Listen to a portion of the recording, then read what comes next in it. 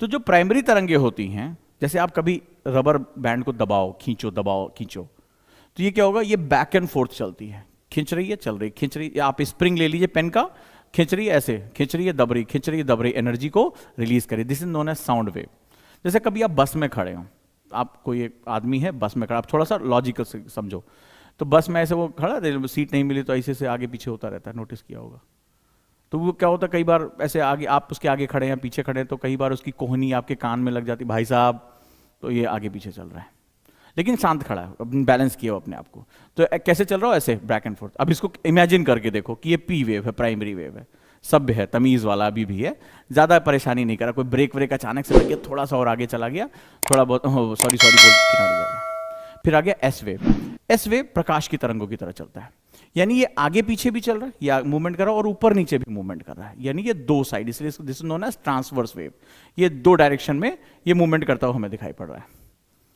तो जैसे क्या हुआ कि एक लड़का आया मेट्रो में या बस में चढ़ा, भीड़ ज़्यादा है, तो बस चल रही तो आगे पीछे भी हो रहा है, लेकिन पीछे उसने बैग वैग टांग रखा है। तुमने देखा कई लोग आते ना, वो बैग पैक लगा के, अचानक से उसके कान की लीड गिर गई, वो आजकल एयरपॉड्स चल रहे हैं, वो गिर गई, तो अचानक से वैसे नीचे की तरफ झुकता है, फिर ऐसे भड़ाम से नीचे उठता है, तो वो तो उठता है, लेकिन उसको तो अपने शरीर का आयतन पता होता है, पीछे जो भारी भरकम बैग टांग रखा है उसके बारे में, तो वो किसी को आके लगता है अरे भाई साहब थोड़ा संभाल के, तो वो क्या होता है, वो आगे पीछे भी डोल रहा है, फिर कई बात हो गई, ईयरफोन गिर गया, कुछ गिर गया।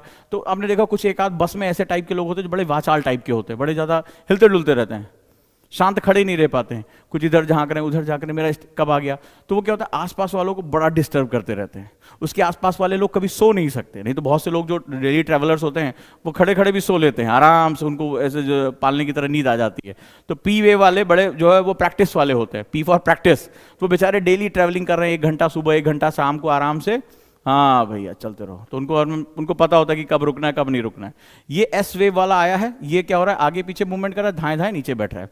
अब एक हो गया सरफेस वेव, ये महाउदंडी है, बैग वैग पैक टांगे हुए, भारी भरकम है, और जरा सी बात पे आती तुरंत घूम जा रहा है, मेरा स्टेशन आया कि नहीं आया, मेरा स्टेशन आया कि नहीं आया, अरे भाई साहब क्या हो रहा है। अब ये किसी के चश्मा गिर रहा है, तो ये कभी नीचे भी बैठ रहा है, कभी आगे भी जा रहा है, कभी वहीं खड़े घूम जा रहा है, किसी के मुंह पे उसका बैग लग रहा है।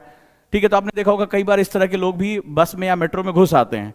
ठीक है, बस या मेट्रो में घुस आते हैं, तो ये क्या होता है, एल वेव होते हैं, ये बड़े छिछले टाइप के होते हैं, अरे मेरा स्टेशन आया कि नहीं, घबराए से रहते हैं। छिछला मतलब उसके व्यक्तित्व में गंभीरता नहीं है, प्रैक्टिस नहीं है उसकी, पहली बार ट्रैवल कर रहा है, अरे मम्मी ने कहा था कि 15 मिनट में आ जाएगा, तो ऐसे घूम रहा है। तुमने देखा होगा कई बार चश्मे पे लग जाता है, किसी का चश्मा गिर गया, अरे भाई साहब चश्मा गिर रहा है देखना, पैर के नीचे ना आ जाए, किसी का कुछ लग जाता है, किसी को चोट लग जाती है, तो वो अपना बैग लिए इधर उधर भी घूमता रहता है, ऊपर नीचे भी कर रहा है, आगे पीछे भी देख रहा है।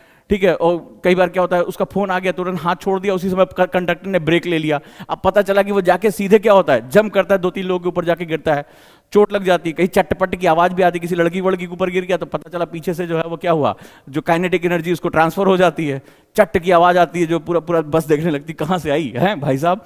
तो ये जो सेगमेंट है ये हमारा बेसिकली सरफेस वेव है। तो ये क्या होता है, मोस्ट डिस्ट्रक्टिव है, देखो ये डिस्ट्रक्टिव है, ये जो सरफेस वेव है, सतही तरंगे सबसे डिस्ट्रक्टिव है, ये आगे पीछे ऊपर नीचे। तो ये जो होती है वो हमारे सिस्टम में सबसे ज्यादा डिस्ट्रक्शन क्रिएट करती है। हमारे जो इंफ्रास्ट्रक्चर है, ये हमारे जो मकान बने हुए हैं, हमारा जो हमारी जो संरचना है, उसको बिल्कुल तबाह कर देती है, क्योंकि ये बड़ा बहुत ही वियर्ड एनर्जी हमें ट्रांसफर करती है, और सतह पे रहती है, नीचे जाती नहीं है, ऊपर ही निपटा देती है। तो ऐसे जब पहली बार कोई मेट्रो में सफर कर रहा है, ये पहली बार बस में ढेर सारा सामान वामान लेके, बैग वैग भी उसी में पीछे घुसेड़ लिया, बैडमिंटन भी घुसेड़ लिया, किसी की नाक में लग रहा है, किसी की आंख में लग रहा है। तुमने देखा होगा जब ऐसा यात्री उतर जाता है तो पूरी बस राहत की सांस लेती है, और जब तक ये रहता है तब तक तबाही रहती है। तो एल वेव है ये हमारा, इसको हम लोग सरफेस वेव या एल वेव भी कहते हैं, है ना।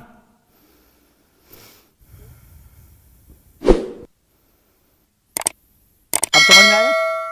और तुमने भी देखा होगा कई लोग डेली ट्रैवलर होते हैं, अपना कौन सी वेव, साउंड लाइक साउंड, उसी में साउंड स्लीप भी कर लेते हैं, हल्की झपकी भी ले लेते हैं, सुबह जल्दी निकलते हैं बेचारे, 1-1.5 घंटा ट्रैवलिंग, जो मुंबई की लोकल में जाते हैं, जो बसों में चलते हैं, जो तमाम EMU से चलते हैं, अपना पी वेव।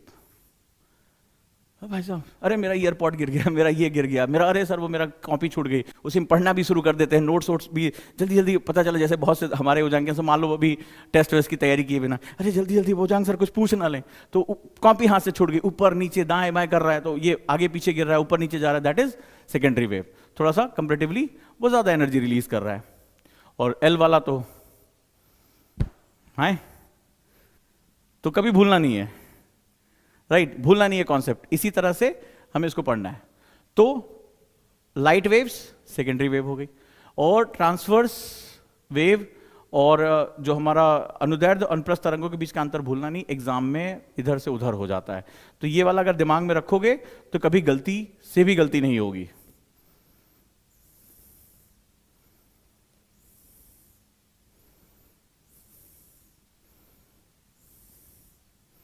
ठीक है, और कभी ना कभी तुमने कोई ना कोई कैरेक्टर देखा ही होगा बस में, इस तरह का, ट्रेन में, मेट्रो में।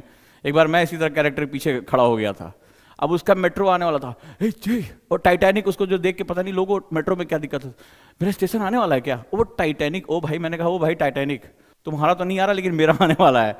ठीक है, बहुत 3-4 साल पहले की बात है। अब वो पूरा घेर के, वो पीछे तो भारी भरकम बैग पैक टांग के, कभी इधर देख रहा है कभी उधर देख रहा है, वो विंडो होती है उसके बीच में, पता नहीं ऐसा लग रहा है कि उसको छोड़ के ना चली जाए, ये वाली हालत थी। और उसने चक्कर में मेरे चश्मे में मारा था, इसलिए मुझे एग्जैक्टली याद है। तो वो क्या है हमारा, ये एल वेव है। ठीक है, इनका लव से कोई लेना देना नहीं है, ये खाली डिस्ट्रैक्शन क्रिएट करने के लिए है।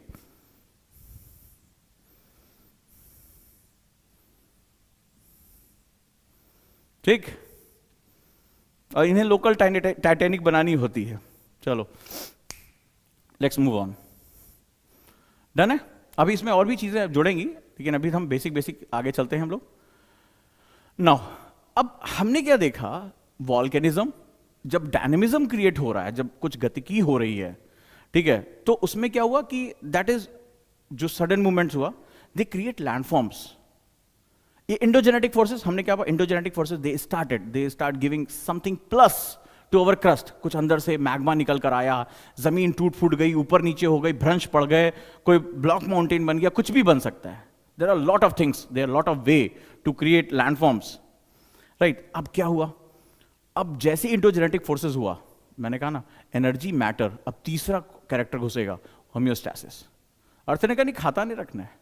सो देयर इज, सबसे पहले जब ये मूवमेंट होगा, सपोज दैट मैग्मा निकला, लावा के फॉर्म में आया, वी सी द, एक बहुत ही हमें खास चीज दिखाई पड़ी, एक वॉल्केनिक माउंटेन दिखाई पड़ा, फट गया, टूट गया या बन गया। ऐसे अर्थक्वेक हो, जैसे मान लो गुजरात में अल्लाह बांध, तो भुज का जब भूकंप आया तो जमीन ऐसे उड़ गई, तो एक नेचुरल डैम बन गया, उसको नाम रखा गया अल्लाह बांध, कि अल्लाह के करम से जो है बना हुआ है। So there are lot of things. अब लैंडफॉर्म्स जब बने तो जियोमॉर्फोलॉजी, ये जो मूवमेंट्स हो रही हैं, कई मान लो समुद्रों के अंदर एसएफएस हो रहा है, सी फ्लोर स्प्रेडिंग, समुद्र तल प्रसरण हो रहा है, नई नई परपटी बन रही है, कहीं ज्वालामुखी उद्भेदन हो रहा है, कहीं भूकंपीय हो रहा है, कहीं सुनामी है, तो हमें लैंडफॉर्म्स दिखाई पड़ते हैं, आइदर कंस्ट्रक्टिव और डिस्ट्रक्टिव, डजंट मैटर, चाहे वो विनाशी हो चाहे वो निर्माणकारी हो, हमें ये दिखाई पड़ता है।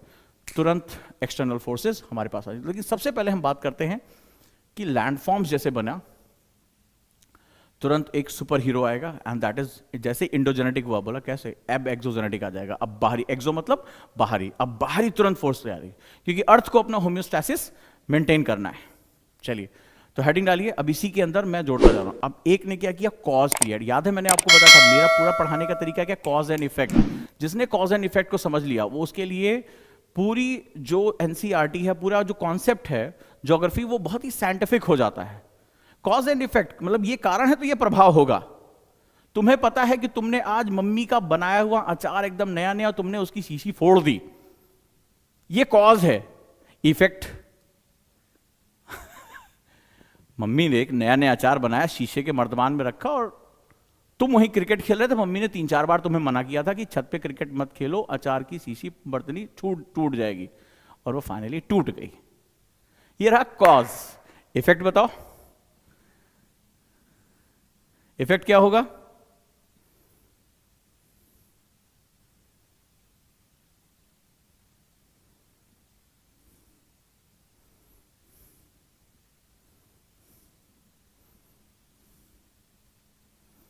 इफेक्ट क्या होगा,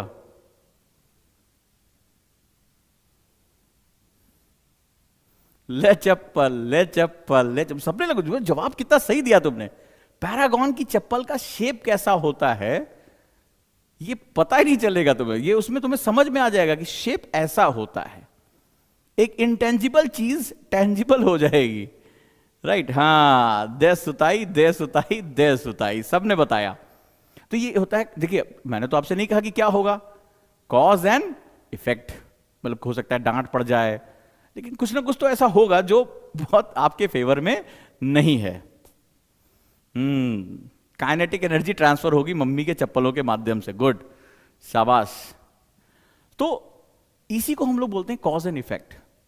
यानी अगर कारण प्रभाव को हम समझ लें तो हमारे लिए चीजों को लिंक करना बहुत इंपॉर्टेंट है। LWMI is not only the notes की मैंने कुछ फैक्ट्स लिख दिए हैं, LW on the base this LWMI based on the cause and effect. कारण प्रभाव को मैंने बहुत ही खूबसूरती से बैलेंस किया है कि एक लिंक को पकड़ते हो दूसरे लिंक पे तुम अपने आप पहुंच जाओगे, कुछ भी तुम्हें रटना नहीं पड़ेगा।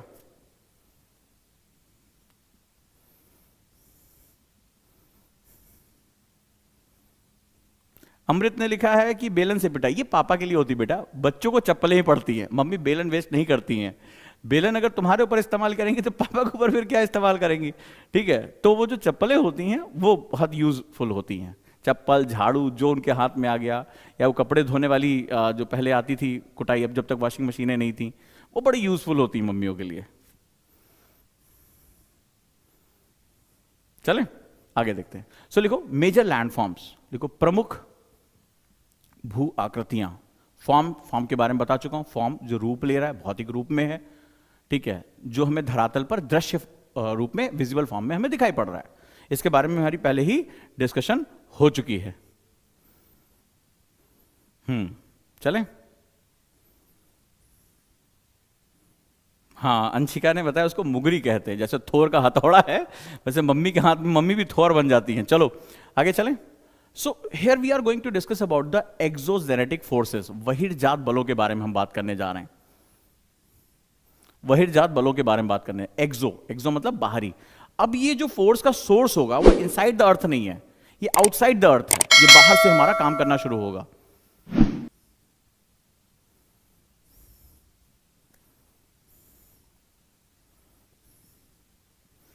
पूनम ने लिखा है हंसते हंसते पेट में दर्द हो रहा है, ज्यादा ना हंसो, कहीं अगर रेंज में रडार में मम्मी अगर आ गई ना तो दर्द अलग तरीके का हो जाएगा। लेट्स लिखो।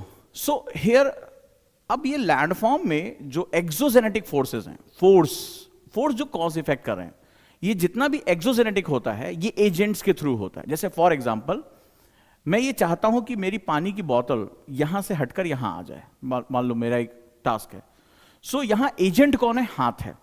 तो ये जो है वो क्या करेगा, एजेंट के थ्रू, यानी हाथ से मैंने फोर्स लगाया और फोर्स से मैंने क्या किया, पानी की बोतल को यहां से यहां किया। ये सिंपल सा फंडा होता है। तो जो एक्सोजेनेटिक फोर्सेस होते हैं उसमें एजेंट्स यानी कर्ता बहुत महत्वपूर्ण होते हैं। कर्ता के रूप में चाहे वो टेम्परेचर हो, चाहे वो हमारा नदियां हो, हमारी हवाएं हो, ग्लेशियर हो, समुद्री जल हो, ये सभी क्या होते हैं, आर्द्रता हो, ह्यूमिडिटी हो, ये एजेंट्स हैं। इनके थ्रू ही ये पूरी प्रोसेस को कंप्लीट किया जाता है।